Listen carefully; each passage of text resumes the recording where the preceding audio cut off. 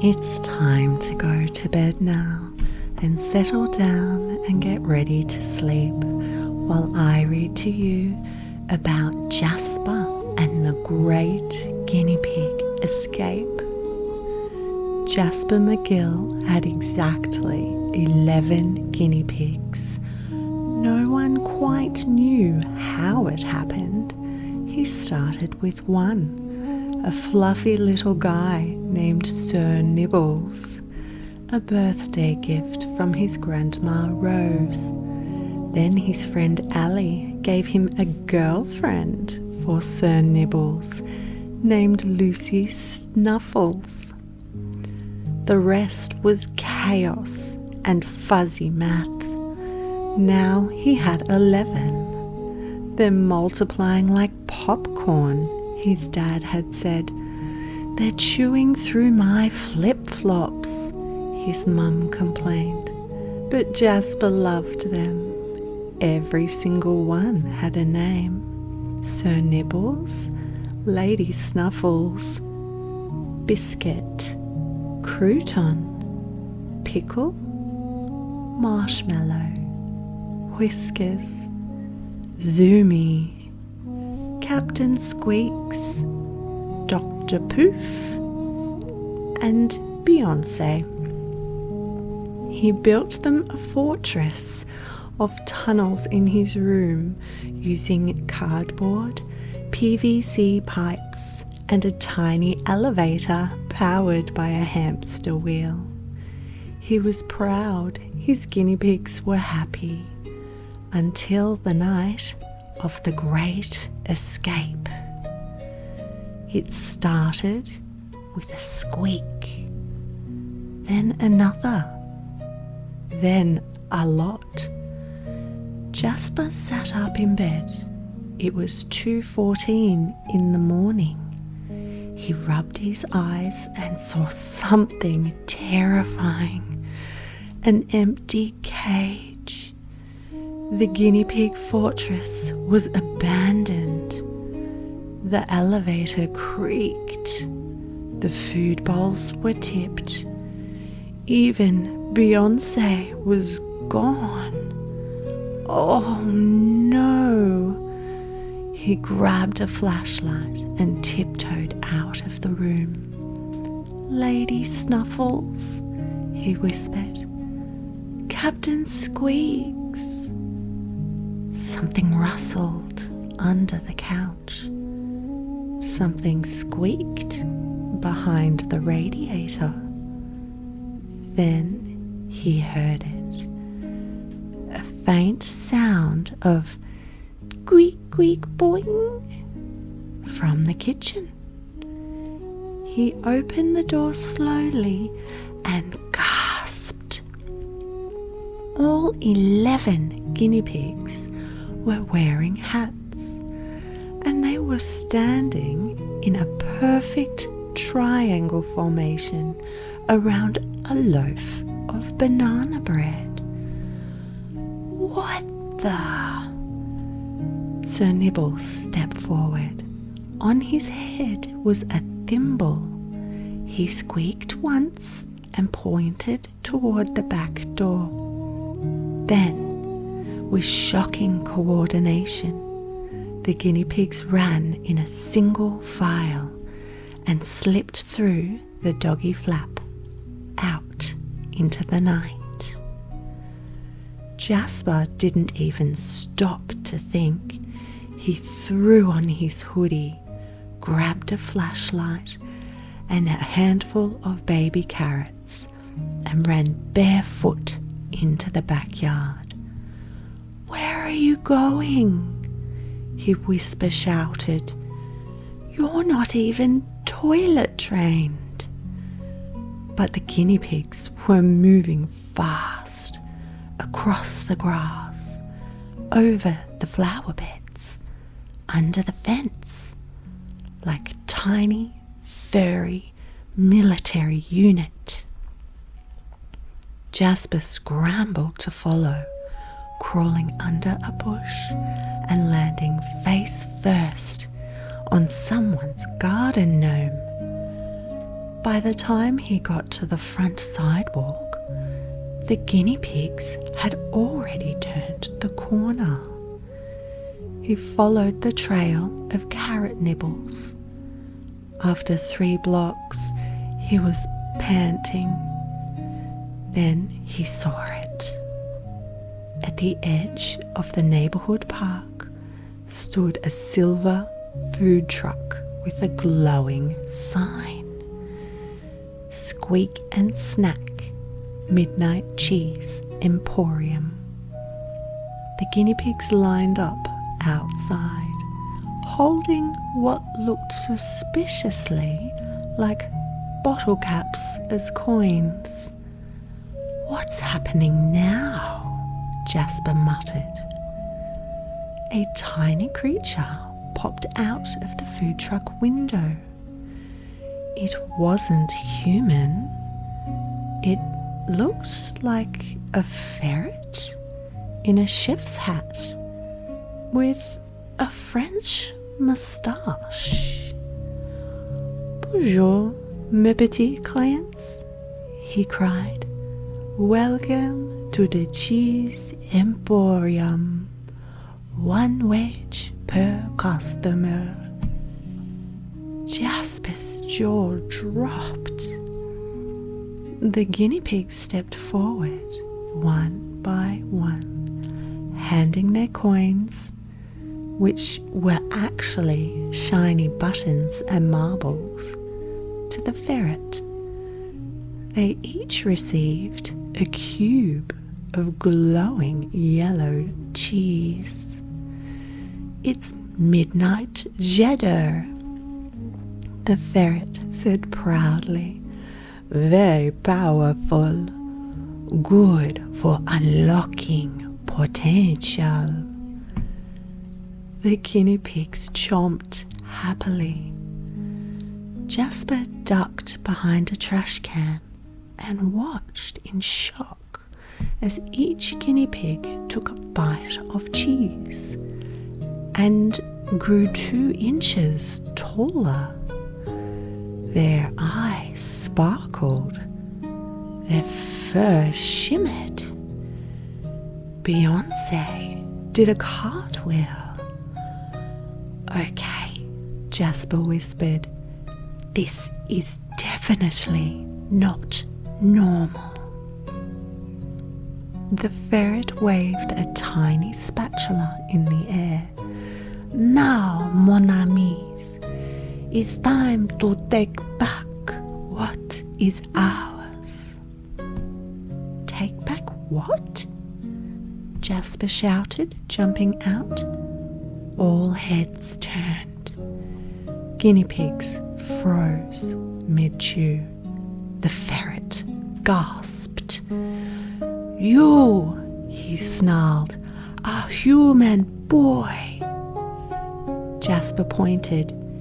"You sold glowing cheese to guinea pigs. They came willingly," the ferret snapped. Sir Nibble stepped forward and squeaked seriously. Jasper narrowed his eyes. "You're not just escaping, you're planning something." The ferret sighed. "Fine, you want to know the truth?" He leapt to the ground and paced. "A long time ago, guinea pigs ruled the kingdom of pets.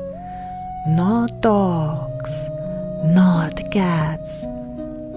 Guinea pigs, fluffy and fearless." Jasper blinked. Really?" "Oui," the ferret shouted. "But humans grew distracted. They favored bulldogs and parrots. Guinea pigs were left in shoeboxes and classrooms." Sir Nibble squeaked dramatically. "So now said the ferret. "We rise again with cheese." He pointed to a squirrel-shaped blimp behind the tree. "We fly to the pet store. We liberate our cousins, rabbits, hamsters, gerbills, a revolution of rodents." The guinea pig squeaked in thunderous applause. Jasper sighed.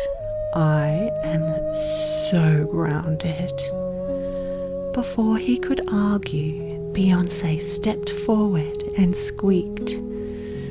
"She says you are invited," the ferret translated, "as our human ambassador, if you prove your loyalty."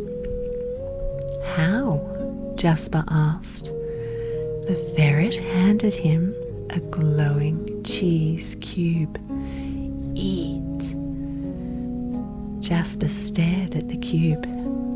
It smelled like cheddar and marshmallows. Weird combo. He shrugged and bit it. Immediately, his hair stood on end. He saw colours, felt wind, heard the thoughts of hamsters from 3 miles away. "I feel amazing." "Good," the ferret said. "You may ride with us." The guinea pigs marched towards the squirrel blimp. Jasper followed, grinning. This might actually be fun. The squirrel blimp floated silently across the town. At exactly 3 a.m, it hovered over Pet Planet, Jasper's local pet store.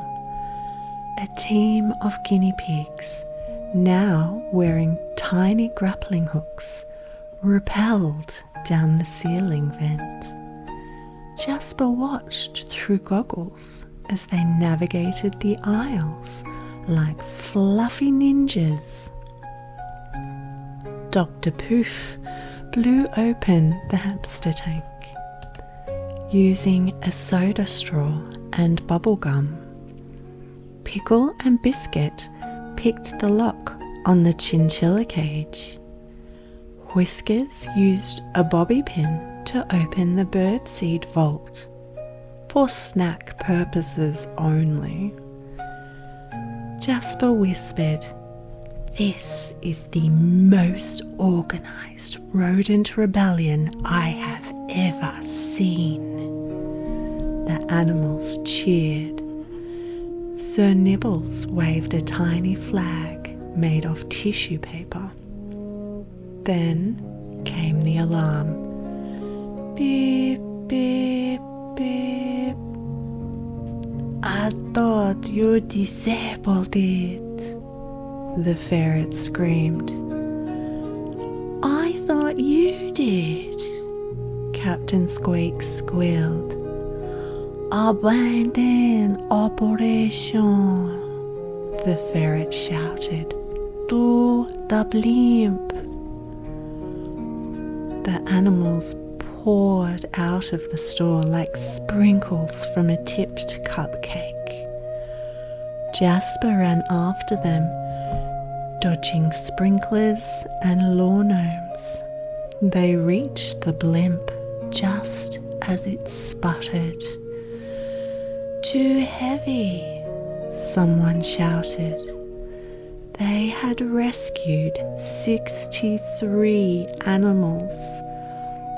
"Leave the snacks," cried the ferret. "No," Beyoncé squeaked, dramatically clutching a cheese cube. The blimp sank slowly to the roof of a local donut shop. Jasper groaned. Plan B? They all stared at him. "Oh, right," he muttered. "I am the human." He pulled out his phone and texted Ali. "Bring wagon, bring snacks, bring your mum's minivan, don't ask." Ali showed up 10 minutes later in bunny slippers and a confused expression. "What are you doing?" she asked as dozens of animals loaded themselves into the minivan like polite passengers. "Rodent rescue?" Jasper said, handing her a cheese cube. She ate it. Her eyes widened. "I can smell time." "Yup." Back at Jasper's house, the animals spread out like weary travellers. Some napped on his beanbag chair. Others played Uno. Sir Nibbles gave a speech thanking Jasper for his loyalty. The ferret offered him a tiny golden badge that read, "Friend of the Fuzz." Jasper saluted. "Always." The next morning, Jasper's mum opened the door. She blinked. There were guinea pigs making toast, a hamster reading the comics, a chinchilla soaking in the sink. "Jasper?" "Yes, Mum?" "Why is there a ferret in my teacup?" "He's French." Jasper's mum stared at him. The ferret stared back. She sighed. "You are cleaning all of this up." "Yes, Mum."